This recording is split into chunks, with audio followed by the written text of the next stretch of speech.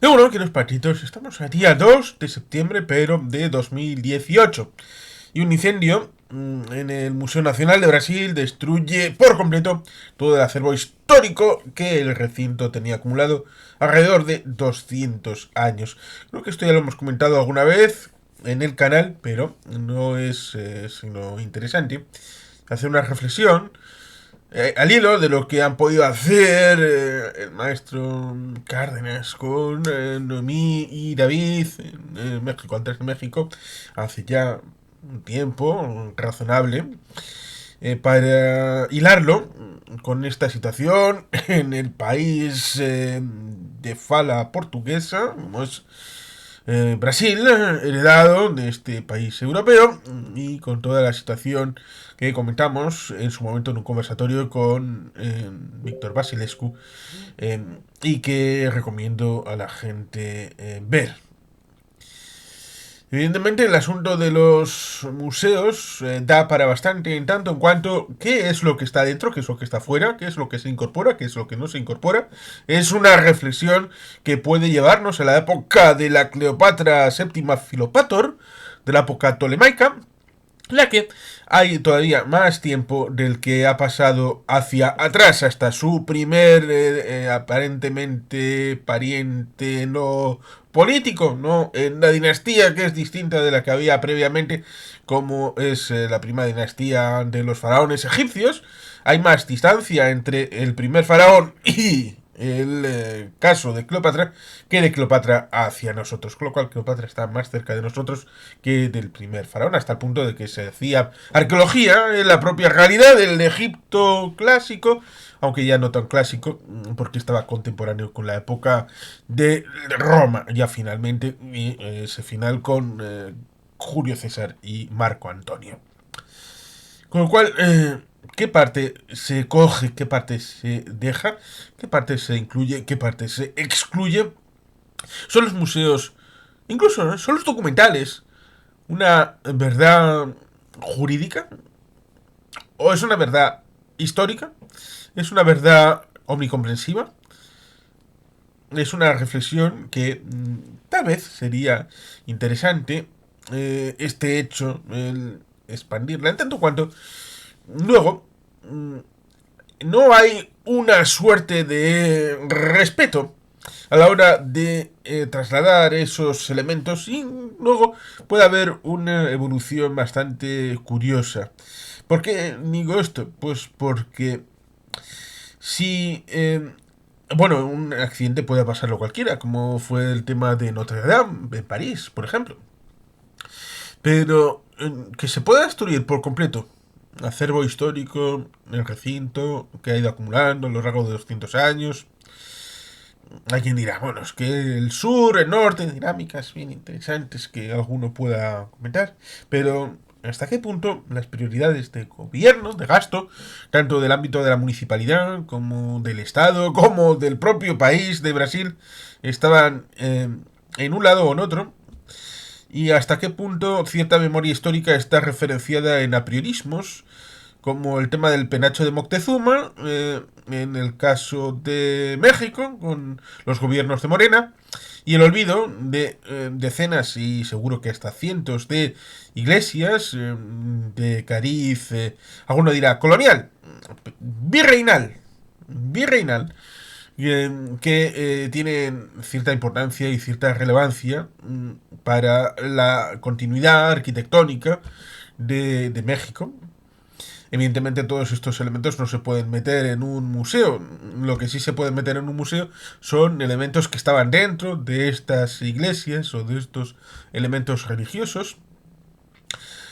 Lo cual nos llevaría también a que hubo en la época del franquismo, en el siglo XX, ciertos ricos americanos que cogieron y se llevaron elementos arquitectónicos de quiero esto. Bueno, pues me lo desempaqueta en América después de haberlo troceado y haber y hay algunas edificaciones que no son propias, no son implantadas, algo que por ejemplo podemos ver como un elemento inferido en la película de James Bond, Moonraker, aunque evidentemente no se rodó en una locación que haya tenido esa evolución, pero sí se dice que el señor Hugo Drax cogió lo que quiso en un palacete francés, lo desmontó y lo volvió a montar en Estados Unidos. Incluso que compró la Torre Eiffel, pero que no le dieron permiso de exportación. Estos gabachines. ¿Cuál es el compromiso? ¿Y cuál es el apriorismo? Es un elemento bien interesante a la hora de entender todos estos conceptos. Porque un incendio puede pasarlo a cualquiera. Un incendio en el ámbito del bosque, como ocurrió con el tema del Amazonas, aunque tampoco es inocente cierto trasfondo respecto de la quema de brozas, que el amigo Alberto Pleguezuelos ya lo ha comentado, para la transformación de la zona de creciente fértil, y que transformó precisamente eso de creciente fértil en una zona desértica, con el Tigris y el Éufrates como testigos mudos de esa transformación hecha por el hombre. En Brasil, ¿qué acervo histórico estaba dentro de ese recinto? Estaba la memoria de los indios ancestrales, estaba la presencia de los portugueses, la presencia de los neerlandeses en un momento en el que intentaron conquistar la zona costera y que dijeron: nosotros estamos aplicando métodos para sacar más rédito de estas plantaciones. Está el hecho de las guerras napoleónicas y luego el posterior me quedo, el reino de Brasil, luego la dictadura brasileña, los periodos democráticos, hasta qué punto están incorporados los elementos que obligaron, por ejemplo, a la formación de la capoeira, que evidentemente era una negación de cierta forma de lucha, pero como los seres humanos tenemos formulaciones para, como el agua que va filtrándose por la roca y al final puede acabar destruyéndola, pues esa voluntad humana de afrontar los desafíos y hacer, como dirían los rusos, maskirovka, la maskirovka de enmascarar los elementos en un baile más o menos ritual, como es la capoeira, pero con unos elementos rítmicos que enmascaran cierta arte marcial, lo cual ciertamente resulta curioso e interesante. Por eso, una conmemoración como la de hoy para ese incendio del Museo Nacional de Brasil tiene muchas facetas, es poliédrico a la hora de entender qué es lo que pasó, el drama que pudo suceder, porque al fin de cuentas la construcción social de la realidad, como dirían los sociólogos, incluye esa memoria del pasado que nos conecta con el ayer, con las generaciones pasadas, y esto se transmite de manera, como diría tal vez Iker Jiménez, telúrica, a través de esos objetos que nos vinculan con ese otro momento del pasado, con esa carga simbólica que tienen esos objetos, para traernos al presente ese ayer, con vocación de conectarnos con un relato que hemos ido construyendo o nos han construido a la hora de tener una historia. Y que evidentemente, si, como hizo por ejemplo el Ministerio del Tiempo con aquel capítulo de Felipe II, eh, de cómo sería la España del momento en el que se publicó el capítulo, si Felipe II hubiera gobernado en tiempos actuales con la configuración imperial de entonces en el momento actual. Resulta curioso porque dicen que fue en medio chanza y sin un respeto de fondo, aunque eso es superior a lo que pudiera predecirse de algún otro elemento respecto de la memoria histórica y de la revisión del pasado en el marco de contrafactuales o de historias alternativas. de los que tenemos unos cuantos en este canal, porque recuerdo una revista de Despertaferro respecto a la monarquía hispánica, e hicimos una serie de vídeos acerca de estos elementos y que están en el canal. Con lo cual, en ese acervo histórico, que puede estar incorporado en el marco de este museo, como puede haberlos en otros muchos, es selectivo. Y no solamente por el hecho de lo que se incorpora y lo que no se incorpora, sino también por el hecho de lo que se expone y lo que no se expone. Hay mucho material que se va recogiendo o que se va reuniendo y que no está a nivel expositivo, hasta el punto de que pueden establecerse subsecciones en otros lugares, eh, museos en discontinuidad. Ejemplos prácticos, el que se propone para el Guggenheim de Urdaibai, como pueden ser el ámbito del Hermitage, que proponía una subsede en Barcelona, creo que finalmente se hará en Málaga. Por lo tanto, también el Reina Sofía, con una subsede en el antiguo Banco de España en la ciudad de Santander. Por tanto, hay esta situación en la que si usted está exponiendo uno, igual en archivos, en almacenes, tiene 9. Aún con la exposición tan grande que puede tener uno en un Hermitage, un British, un Prado, que van en los últimos 25 años ampliándose, sobre todo el tema de Prado, con Rafael Moneo y sus edificaciones, para disgusto de Fernando Díaz Villanueva, aunque Alberto Garín es más comprensivo. Pero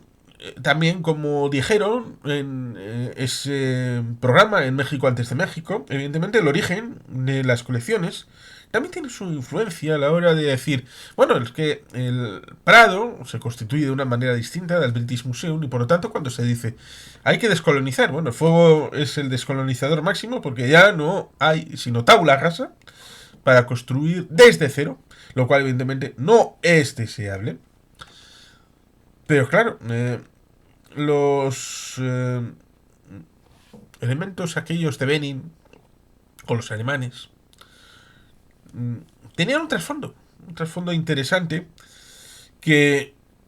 resulta curioso, porque evidentemente las historias hay que entenderlas completas y poder hacer el recorrido interesante entero, porque,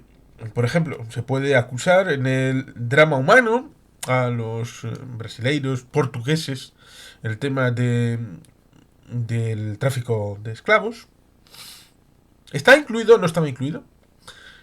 Ahí entraría el género woke a la hora de encontrarnos una posible explicación a esa esclavitud y a la presencia de gente negra en Brasil, aunque, un disclaimer, solamente hay una raza humana, por lo tanto, solamente hay una disposibilidad a la hora de establecer una melanina que en realidad la piel de todos los humanos es realmente la misma, el mismo color, pero no hay situaciones que la biología explica mucho mejor que la propia antropología o que las ciencias sociales ligadas a la sociología o la ciencia política. Pero bueno, esto daría para bastante. Y evidentemente, si lo que tenemos es una explicación respecto de esos elementos que puedan estar vinculados a una situación real que sucedió durante décadas y siglos, ligada al tráfico de esclavos, evidentemente no podemos sustraernos, en el caso de el otro lado del Tratado de Tordesillas, a la escuela de Salamanca y aprender no solamente de la literatura al uso Bartolomé de las Casas, pero también la propia biografía de Bartolomé de las Casas y su aparente hipocresía. Por tanto, ni leyenda negra ni leyenda rosa, sino también la verdad, está la virtud, y como decía, en el ámbito de la esclavitud, en el ámbito transatlántico, no podemos olvidar la parte tripartita en donde los propios imperios africanos tenían mucha parte a la hora de saber dónde sacar la materia prima y sobre todo sacarla de los vecinos incómodos, aquellos a los que se quería hacer la puñeta. También la parte fundamental de los musulmanes. El ámbito islámico en África como intermediario a la hora de la compra-venta de esclavos, aunque también con la permeación a la construcción de unidades militares como el tema de los genízaros, cogiendo a blanquitos su tierna infancia, incluso prácticamente de cuna, para ser llevados a Constantinopla y allí servir de guardia de corps del sultán otomano. Incluso no solamente en el norte de África, sino también en la zona balcánica. Por tanto, esto tiene largo recorrido porque muchas veces en estos museos, en esta zona de recinto de acervo histórico, se suele coger una parte, la parte socialmente aceptada. Y la parte socialmente aceptada no suele ser la que recorre el tracto en su globalidad, porque hay cosas políticamente correctas y políticamente incorrectas. Hay elementos que están fuera de lo comúnmente aceptado, a pesar de que forma parte necesariamente de lo que realmente sucedió. Y por tanto, esa disonancia está la realidad. Como diría, por ejemplo, Putamikil, también en el ámbito de las estatuas, que también pueden ser indoor, no solamente está el hecho de la estatua en sí, el honra de la persona o de la situación que establece, sino el hecho de cuándo se construye esa estatua o cuándo se esculpe, a la hora de establecer una suerte de presentismo también en ese momento. Y voy a citar un caso, como ya hemos comentado alguna vez, de por qué se erigen estatuas a Colón a finales del siglo XIX, en la época del cuarto centenario. En buena medida no es ni por agradar a España, ni por reivindicar a la monarquía hispánica en el descubrimiento de un nuevo continente, no. Es porque los italoamericanos que estaban llegando, algunos ya empezaban a tener una cierta acumulación de capital en la zona norteamericana, ligada a Nueva York, Boston y también alrededores, tenían en la configuración WASP de los Estados Unidos una confrontación dura. Recordemos la película Gangs of New York, en la llegada de contingentes irlandeses e italianos que luego iban llevados a Tammany Hall y todo lo que sucedía aquello con la corrupción del Partido Demócrata en Nueva York y la permeación a niveles económicos, sociales, políticos y convivencia y todo esto. Eran la hez de la sociedad y eran los últimos llegados. Pero para confrontar esto con la situación de estratificación social en Estados Unidos, tenían esa figura de decirles a la cara esos argumentos, esos zascas que diríamos ahora en redes sociales, a los cuales que podéis dominar Estados Unidos ahora, podéis ser los top de lo top ahora mismo, pero hubo un momento en el que uno de los nuestros, por eso el asunto de ligazón con la memoria, en tanto en cuanto supuestamente el señor Colón era de Génova, por tanto italiano, por tanto uno de los suyos, por tanto, al elegir esas estatuas, se les estaba diciendo a los WASP, podéis ser todo lo condescendiente con nosotros, podéis ser todo lo poderosos que queráis ahora mismo, pero hubo un tiempo en el que para que vosotros pudierais llegar a estar donde estáis, hubo un genovés participando de la monarquía hispánica, así dicho, de soslayo, porque esa parte no interesa ponerla en valor, pero llevó a las huestes europeas, así en genérico, al nuevo continente. Eso permitió Sir Walter Raleigh, Virginia y toda la consecuencia posterior de la presencia de las 13 colonias y todo eso, luego la independencia y todo lo demás. Por tanto, podéis atacar a todos los que vienen a finales del siglo XIX de Génova. Pero uno de Génova, hace 400 años, hizo posible que vosotros estéis aquí ahora. Por tanto, esa suerte de presentismo también puede estar en las piezas que se pongan, que se expongan, que se esculpan, que se expongan y que se sitúen. Por tanto, siempre hay esas reflexiones acerca de lo que hay, de lo que existe, en todos estos elementos ibericuetos poliédricos respecto de una cosa aparentemente tan sencilla, pero también dolorosa, como el tema del incendio en ese Museo Nacional de Brasil, destruido por completo ese acervo histórico que el recinto tenía acumulado alrededor de 200 años. Como decía otra profesora en otro ámbito, hay elementos que la Casa de Contratación de Sevilla y Cádiz pudieron haber prestado a universidades estadounidenses que luego lo clasificaron mal y en buena medida puede haber estos incendios. Y pasó en la Casa de Contratación de Sevilla. Con lo cual en Sevilla se perdieron algunos archivos que por esas copias en universidades americanas existen. ¿Hasta qué punto esa situación deviene en una superioridad o en una posición de fuerza, aunque en buena medida puedan no saber qué contenido tienen, pero sin saberlo puedan ser obstruccionistas? Es un evento interesante y creo que tiene muchas posibles derivadas a la hora de querer entender ese patrimonio histórico y cómo se configura ese patrimonio histórico, de qué partes entran, qué partes salen, y todo lo que está fuera, más allá del Museo Nacional de Brasil,